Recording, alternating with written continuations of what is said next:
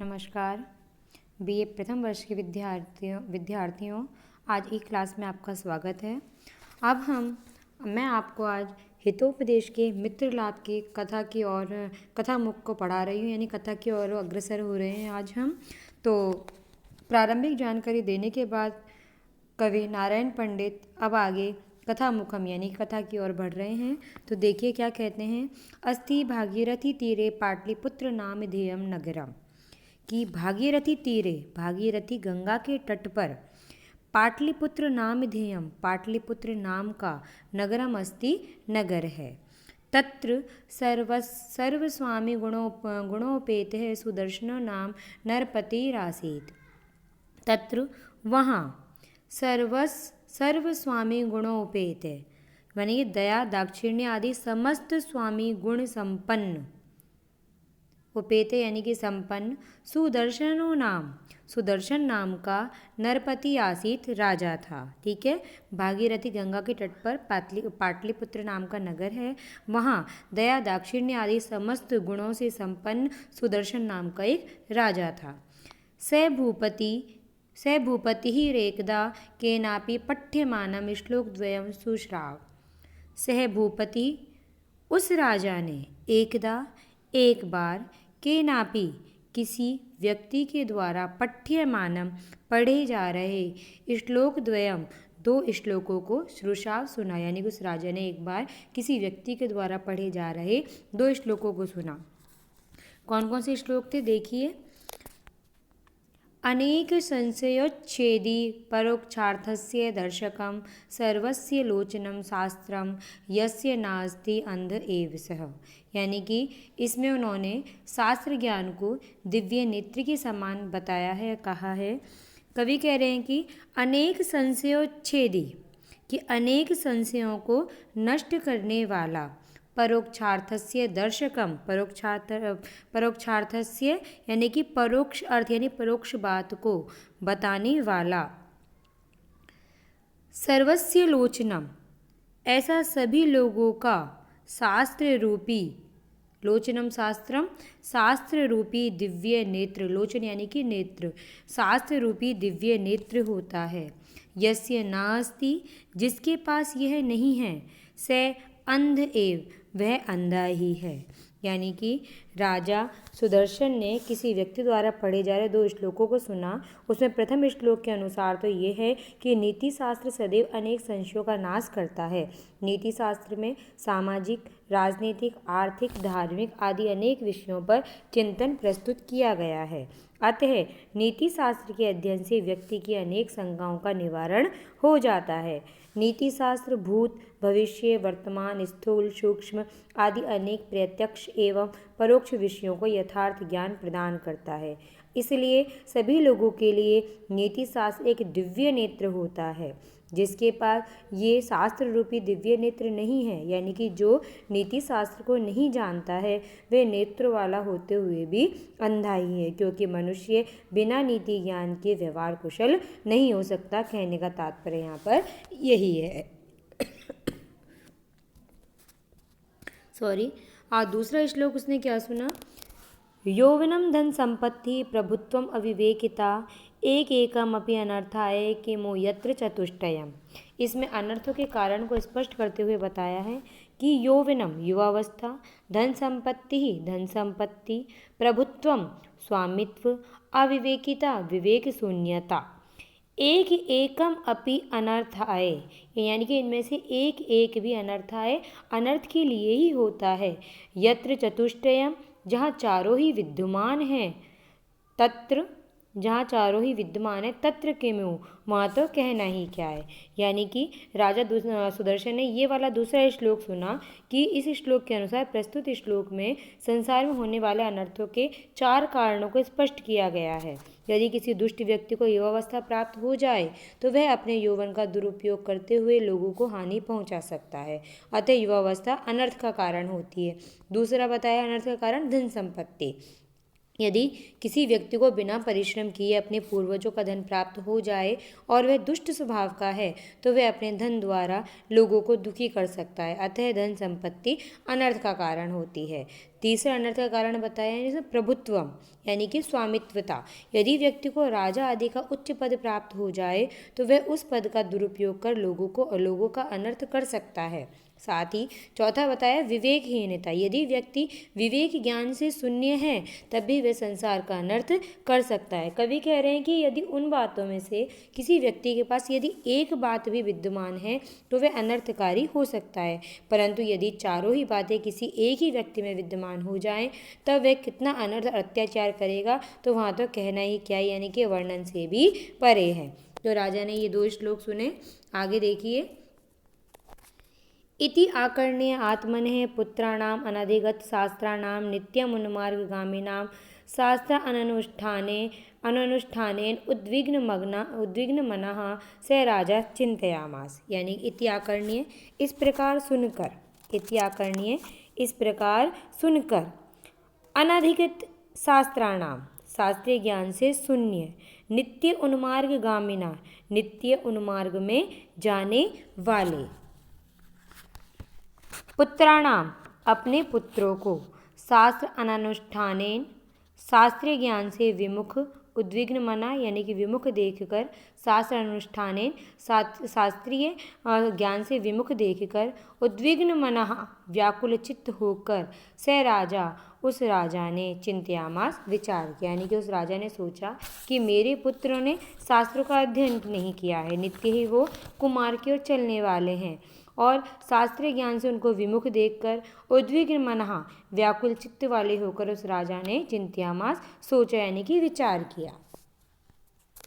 क्या विचार किया?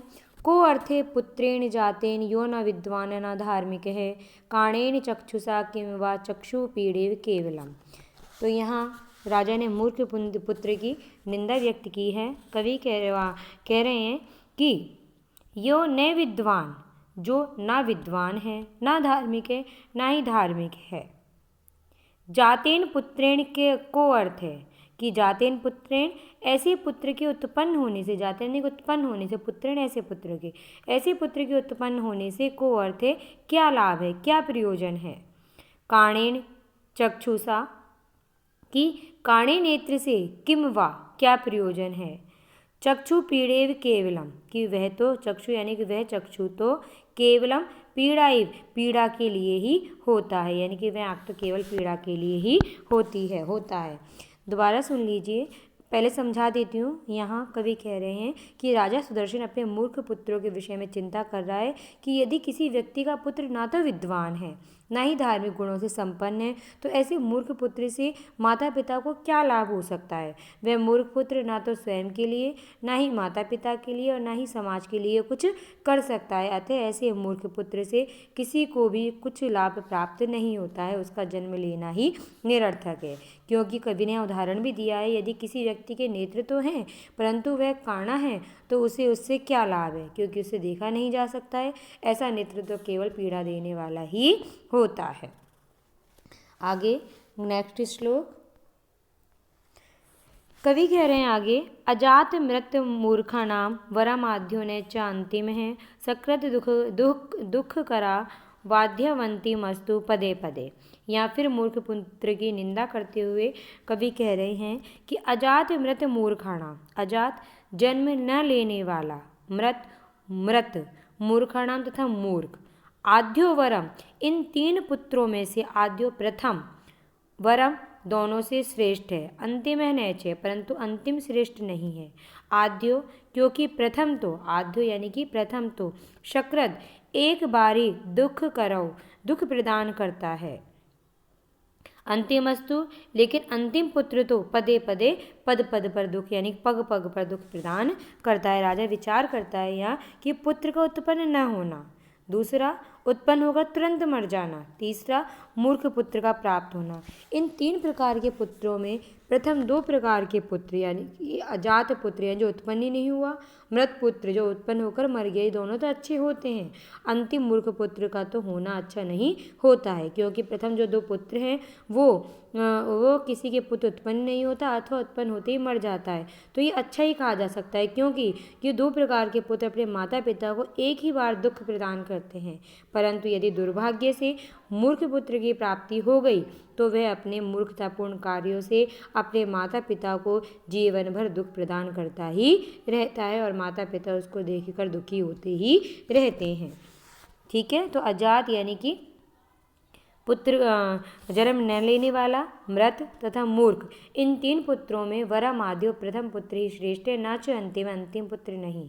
क्योंकि आद्यो, क्योंकि जो प्रथम पुत्र है, प्रथम 2 तो सकृत एक बार ही दुख प्रदान करते हैं, अंतिम अस्तु पदे पदे, लेकिन जो अंतिम पुत्र है वो पग पग पर यानी कि आजीवन दुख प्रदान करता ही रहता है। अगला श्लोक, वरम गर्भस्रावो वरम अपि च न एव अभिगमनम वरम जातः प्रेतो वरम अपि च कन्या अवजनिता वरम बंध्या भार्या वरम अपि च गर्भेषु वसति न वा अविद्वान रूप द्रविण गण युक्तो अपि तनय। या फिर मूर्ख पुत्र की निंदा व्यक्त करते हुए कवि कह रहे हैं कि वरम गर्भस्रावो गर्भपात हो जाना वरम श्रेष्ठ है, और वरम अपि च न एव अभिगमनम अभिगमनम यानी कि स्त्री के साथ संभोग करना नहीं करना भी वरम अपि श्रेष्ठ है, यानी कि स्त्री के साथ संभोग ना करना भी श्रेष्ठ है। वरम जाते प्रेतो प्रेतो यानी कि प्रेतो का मतलब है जाते यानी कि पुत्र का उत्पन्न होकर प्रेतो मर जाना वरम श्रेष्ठ है। जाते यानी कि उत्पन्न होकर प्रेतो मर जाना वरम श्रेष्ठ, यानी कि पुत्र का उत्पन्न होकर मर जाना श्रेष्ठ है। वरम अपि च कन्यावजनिता कन्या का उत्पन्न होना भी वरम अपि अच्छा है। वरम बंध्या भार्या पत्नी का बंध्या यानी कि वंध्या होना बांझ होना भी वरम श्रेष्ठ है।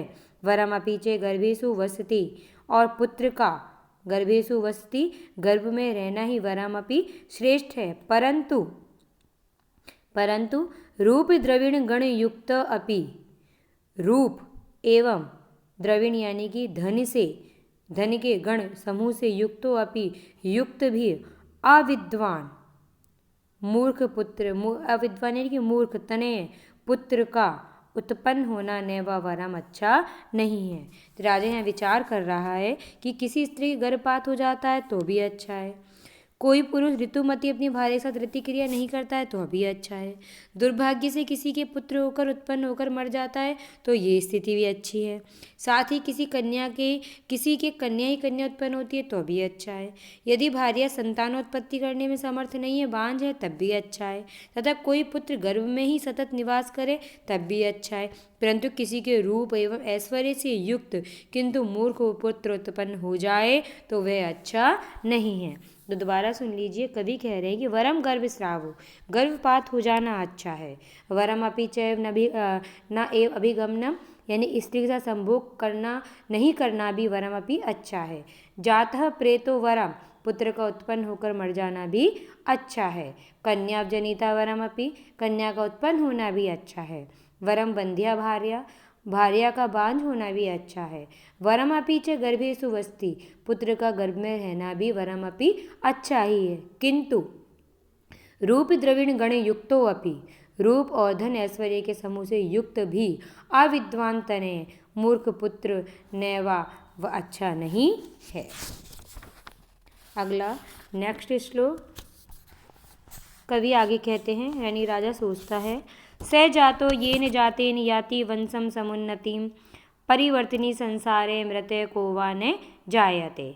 यहाँ पुत्र के द्वारा वंश की उन्नति करने का कथन किया गया है। कवि कह रहे हैं कि येन जातेन जिस पुत्र के उत्पन्न होने से वंश समुन्नतिम याति वंश उन्नति को प्राप्त करता है, स जातो वही उत्पन्न हुआ है यानी वही वास्तविक रूप से उत्पन्न हुआ है। परिवर्तनीय संसार है। इस परिवर्तनशील इस संसार में मृतः को वा न जायते, ऐसा कौन है जो नहीं मरता है, न जायते और कौन ऐसा है जो उत्पन्न नहीं होता है। यानी कि राजा विचार कर रहा है कि इस संसार में जिसके पुत्र उत्पन्न होने से उसका वंश उन्नति को प्राप्त करता है तो वही पुत्र वास्तविक रूप से उत्पन्न होता है, ऐसा मानना चाहिए। यानी कि कोई पुत्र अपने शुभ कर्मों से अपने वंश, समाज, देश आदि की उन्नति करने में सहायक सिद्ध होता है तो ऐसी पुत्र का उत्पन्न होना ही सार्थक कहा जा सकता है। अन्यथा ये संसार तो परिवर्तनशील है, क्षण क्षण परिवर्तन इस संसार में होता रहता है। तो इस संसार में ऐसा कौन है जो नहीं मरता है और कौन ऐसा है जो जन्म नहीं लेता है। यानी कि जन्म मरण का चक्र तो इस संसार में चलता ही रहता है। अतएव वही पुत्र उत्पन्न हुआ माना जाएगा जिसके उत्पन्न होने से वंश तथा राष्ट्र की उन्नति होती है। ठीक है, अगला नेक्स्ट श्लोक। गुण गण गणना आरंभे न पतति कठिनी स संभ्रमाधस्य तेन अम्बा यदि सुतेनी वद वंध्या कीदृशी नाम। देखिए कवि आगे कह रहे हैं मूर्ख पुत्र की निंदा करते हुए कि गुणी गण गणना आरंभ है। गुणीगण गणना गुणीजनों के समुदाय की गणना के प्रारंभ में, गुणीगण यानी गुणीजनों के समुदाय की गणना आरंभ है, गणना के प्रारंभ में संभ्रमात अति शीघ्रता से यस्य कठिनी न पतति, जिसके नाम पर लेखनी नहीं चलती है, यस्य जिसके नाम पर कठिनी यानी कि लेखनी न पतति नहीं चलती है, तेन अम्बा ऐसे पुत्र से माता, तेन ये उस पुत्र से माता यदि सुतीनी यदि पुत्रवती कहलाती है तो बताओ वंध्या कीदृशी नाम, वध बताओ तो वंध्या कीदृशी नाम, तो वंध्या यानी कि भांज कैसी होती है। देखिए एक बार समझ लीजिए, कवि कह रहे हैं, राजा विचार कर रहे हैं कि यदि किसी स्थान पर गुणवान विद्वानों की गणना की जा रही है उस समय उपस्थित विद्वानों में कौन सर्वोत्तम विद्वान है, इस प्रकार का प्रश्न उत्पन्न हो जाए तो जिस व्यक्ति के नाम पर अकस्मात लेखनी यानी कि उंगली नहीं गिरती है, नहीं चलती है, अर्थात यह सर्वश्रेष्ठ विद्वान है, इस प्रकार जिसका नाम नहीं लिया जाता है तो उसकी माता को यदि यह पुत्रवती माता है ऐसा कहा जाएगा तो कवि तो राजा सोचता है कि मुझे बताओ कि वंध्या स्त्री कैसी होती है, तो ये कैसे पता लगे, यानी किस स्त्री को वंध्या कहा जाएगा। तात्पर्य यहाँ है कि मूर्ख पुत्र की माता तो वास्तविक रूप से वंध्या ही कहलाती है, यानी गुणहीन पुत्र की माता वंध्या के समान ही है। तो एक बार दोबारा सुन लीजिए इस श्लोक को। कवि कह रहे हैं कि गुणीगण गणना आरंभ है, कि गुणीजनों के समुदाय की गणना के प्रारंभ है, से संभ्रमात अति शीघ्रता से, यस्य जिसके नाम पर कठिनी न भवती न पतती लेखनी नहीं चलती है, तो तेन उस पुत्र से अम्बा यदि सुतीनी माता को यदि पुत्रवती कहा जाता है तो वध बताओ वंध्या की दृष्टि नाम, तो वंध्या कैसी होती है, अर्थात मूर्ख पुत्र की माता तो वंध्या के समान ही है। नेक्स्ट श्लोक आपकी स्क्रीन पर है। दाने तपसी सूर्य चे यस्य न प्रतीतम मन है विद्यायाम अर्थ लाभे चे मातुरुच्चार एव सह। यानी कि इसमें मूर्ख पुत्र को माता के मल के समान बताते हुए राजा विचार कर रहा है कि यस्य मन है जिसका मन, दाने तपसी शौर्य चे दान में, तपस्या में और सूरता में, विद्यायाम अर्थ लाभे चे विद्या में तथा अर्थ लाभे धनार्जन करने में, न प्रतीतम प्रसिद्ध नहीं है या प्रयत्नशील नहीं है, सह मातु तो वह माता के उच्चार एवं मल के समान ही है। यानी कि राजा विचार कर रहा है कि जिस पुरुष का मन दान देने में उत्साहित नहीं होता है, तपस्या करने में नहीं लगता है, शौर्य आदि गुण प्राप्ति हेतु प्रयत्नशील नहीं है, विद्या प्राप्ति हेतु उत्साहित नहीं होता है, धनार्जन करने में भी नहीं लगता है, तो ऐसे व्यक्ति का जीवन निरर्थक एवं निंदनीय है और ऐसा पुत्र माता के मल के समान ही है, यानी कि वो त्याज्य है। तो दोबारा सुन लीजिए, कवि यहाँ कह रहे हो, राजा यहाँ विचार कर रहा है कि यस्य मन है जिसका मन दान में, तपस्या में, सूरवीरता में, विद्या में, धन के लाभ में न प्रतीतम प्रयत्नशील नहीं है, सह वह पुत्र मातु उच्चारे माता के मल के समान ही है। आज के लिए इतना ही, बाकी हम नेक्स्ट वीडियो में देखेंगे। बहुत बहुत धन्यवाद।